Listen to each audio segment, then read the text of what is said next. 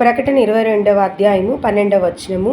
ఇదిగో త్వరగా వచ్చుచున్నాను, వాని క్రియల చొప్పున ప్రతివానికి ఇచ్చుటకు నేను సిద్ధపరిచిన జీతము నా యొద్ద ఉన్నది.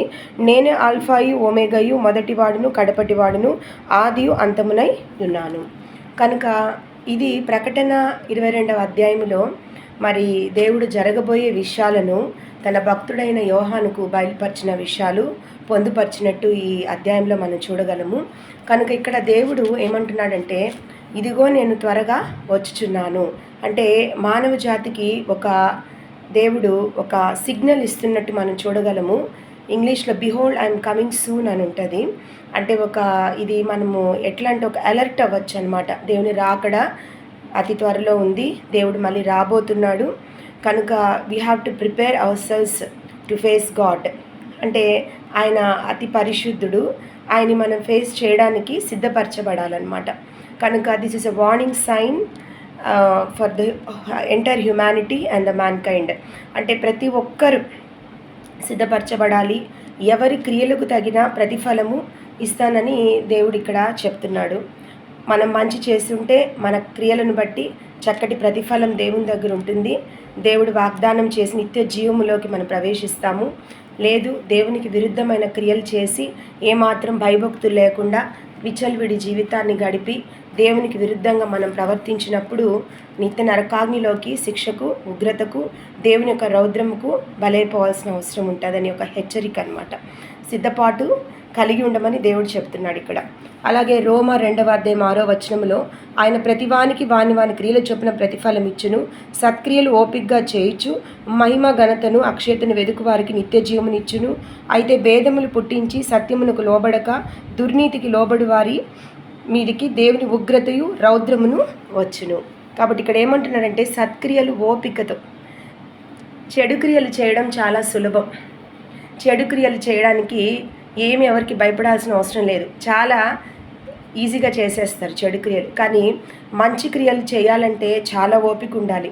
ఒక మంచి కార్యం చేయాలన్నా, మంచిగా జీవించాలన్నా దానిలో చాలా కష్టం ఉంటుంది. అది ఇరుకు మార్గము. కనుక ఓపిక అనే పదాన్ని ఇక్కడ వాడి ఉన్నారు. కనుక ఎవరి క్రియల చొప్పున వారికి ప్రతిఫలం అనేది ఉంటుందన్నమాట. ఒకసారి మనము మత్తయి 25వ అధ్యాయము 31 నుంచి చదువుకుంటాము. తన మహిమతో మనుష్య కుమారుడు ఆయనతో కూడా సమస్త దూతలను వచ్చినప్పుడు ఆయన తన మహిమగల సింహాసనం మీద ఆసీనుడై ఉండెను. ఇది దేవుని యొక్క జడ్జిమెంట్కి సాదృశ్యంగా ఉంది. అంటే దేవుడు మానవ కోటికి, మానవాళికి ఆఖరిగా అంతిమ తీర్పు ఇచ్చేటప్పుడు దానికి సంబంధించిన ఈ ప్యాసేజ్ మనం ఇక్కడ చూడగలము, ఈ వాక్యమును.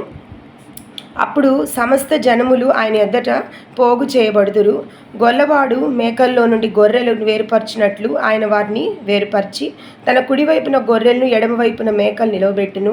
అప్పుడు రాజు తన కుడివైపునున్న వారిని చూచి, నా తండ్రి చేత ఆశీర్వదింపబడిన వారులారా రండి, లోకం పుట్టినది మొదలుకొని మీ కొరకు సిద్ధపరచబడిన రాజ్యమును స్వతంత్రించుకొనిడి.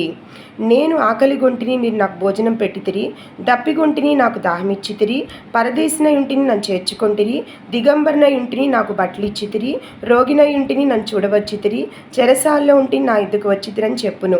అందుకు నీతిమంతుడు, ప్రభువా, ఎప్పుడు నీవు ఆకలిగొన్నుట చూచి నీకు ఆహారం ఇచ్చితిమి, నీవు దప్పిగొన్నుట చూచి ఎప్పుడు దాహం ఇచ్చితిమి, ఎప్పుడు పరదేశినై ఉండుట చూచి నేను చేర్చుకొంటిమి, దిగంబరివై ఉంట చూచి బట్టలు ఇచ్చితిమి, ఎప్పుడు రోగివై ఉంటాయను, చెరసాల్లో ఉంటాయను చూచి నీ వద్దకు వచ్చితిమని ఆయన అడిగెను. అందుకు రాజు, మిక్కిలి అల్పులైన ఈ నా సహోదరులో ఒకనికి మీరు చేసితిరి గనుక నాకు చేసితిన నిశ్చయముగా మీతో చెప్పుచున్నాను వారితో అనును. ఇక్కడ ఏమంటున్నాడంటే, అప్పుడు రాజు తన కుడివైపు ఉన్న వారిని చూచి, నా తండ్రి చేత ఆశీర్వదింపబడిన వారులారా రండి, లోకం పుట్టినది మొదలుకొని మీ కొరకు సిద్ధపరచబడిన రాజ్యమును స్వతంత్రించుకొనుడి.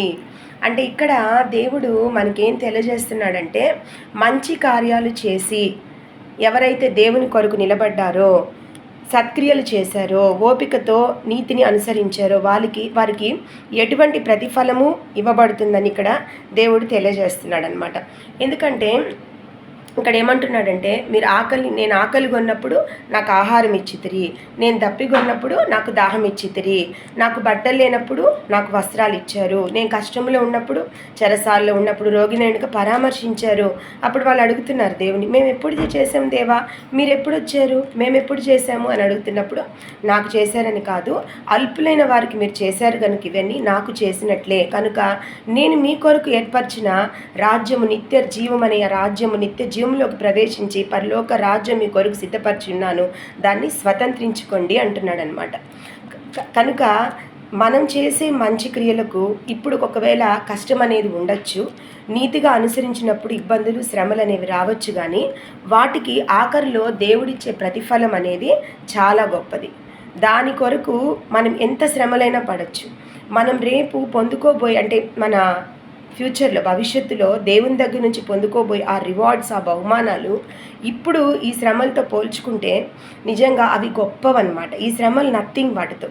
కనుక దేవుడు ఏమన్నాడంటే, కొంచెం ఓపికతో నీతిగా బ్రతికి మీ క్రియలు సత్క్రియలుగా ఉండి మంచి ప్రతిఫలం పొందండి అని ఇక్కడ దేవుడు తెలియజేస్తున్నాడు.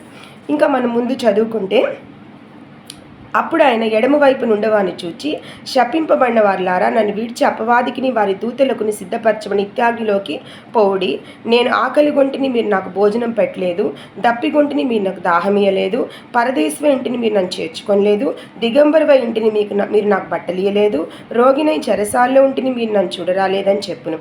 అందుకు వారును, ప్రభువా, మేమెప్పుడు మీ ఆకలి గుంటైనను, దప్పిగొని ఉంటైనను, పరదేశవ ఇంటైనను, దిగంబరివై ఇండుటైనను, రోగివై ఇండుటైనను, చెరసాల్లో ఉంటవైనను చూచి నీకు ఉపచారం చేయకపోతే ఆయన అడిగాను. అందుకు ఆయన, మిక్కిలి అల్పులైన వీరిలో ఒక్కరినైనా మీరు ఇలాగ చేయలేదు కనుక నాకు చేయలేదని మీతో నిశ్చయముగా చెప్పుచున్నానని వారితో అనను. మీరు నిత్య శిక్షకును నీతిమంత నిత్య జీవనకును పోవుదురు. కనుక వీళ్ళు అడుగుతున్నారు, దేవా, మేము ఎప్పుడు ఆకలి కొంటే నీకు ఆహారం పెట్టలేదు, నువ్వు దప్పికొని ఉంటే మీకు ఎప్పుడు దాహం ఇయ్యలేదు, నీకు వస్త్రాలు లేకపోతే మేము ఎప్పుడు ఇవ్వకుండా ఉండాము, ఇవన్నీ మేము ఎక్కడ చేసాం, నువ్వు ఎప్పుడు వచ్చావు మా దగ్గరికి అని వీళ్ళు అడుగుతున్నారనమాట. అడిగినప్పుడు దేవుడు అంటున్నాడు, ఈ అవసరాలు ఎవరికైతే ఉన్నాయో అల్పులైన వారికి మీరు చేయలేదు కనుక నాకు మీరు చేయలేదు. కనుక మనము చుట్టుపక్కల మనకున్న సహోదరులకు, మన చుట్టుపక్కల సమాజంలో మనం ఎటువంటి ప్రేమనైతే చూపిస్తున్నామో, ఎటువంటి కార్యాలు క్రియలైతే మనం చేస్తున్నామో అవన్నీ మనకు దేవునికి చేసినట్లే అని ఇక్కడ మనము అర్థం చేసుకోవచ్చు. కనుక వీళ్ళని ఏం చేశాడంటే నిత్య నరకాగ్నిలోకి వీళ్ళ ఆత్మలను వేసేస్తారు. అక్కడ అపవాది, దానికి సంబంధించిన దూతలు, అపవాదికి సంబంధించిన మరి అపవాది శక్తులు, సైతాను ఎక్కడైతే అగ్నిగుండంలో కాలిపోవాల్సి వస్తుందో భవిష్యత్తులో అక్కడికి ఈ ఆత్మలన్నీ వెళ్ళిపోవాల్సిన పరిస్థితి ఏర్పడింది. కనుక మనం బ్రతికున్నప్పుడు మనం చేసే క్రియల మూలంగా కూడా ప్రతిదీ దేవుని దగ్గర రికార్డ్ అయిపోతుందన్నమాట. ఆ క్రియల మూలంగా కూడా ఆఖరిలో ఒక తీర్పు అనేది మనకు ఉంది. కనుక చాలా భయముతో మనం చేసే ప్రతి కార్యము, భయముతో మనము చాలా భక్తితో జాగ్రత్తగా మనం ఆలోచించి చేయాలి.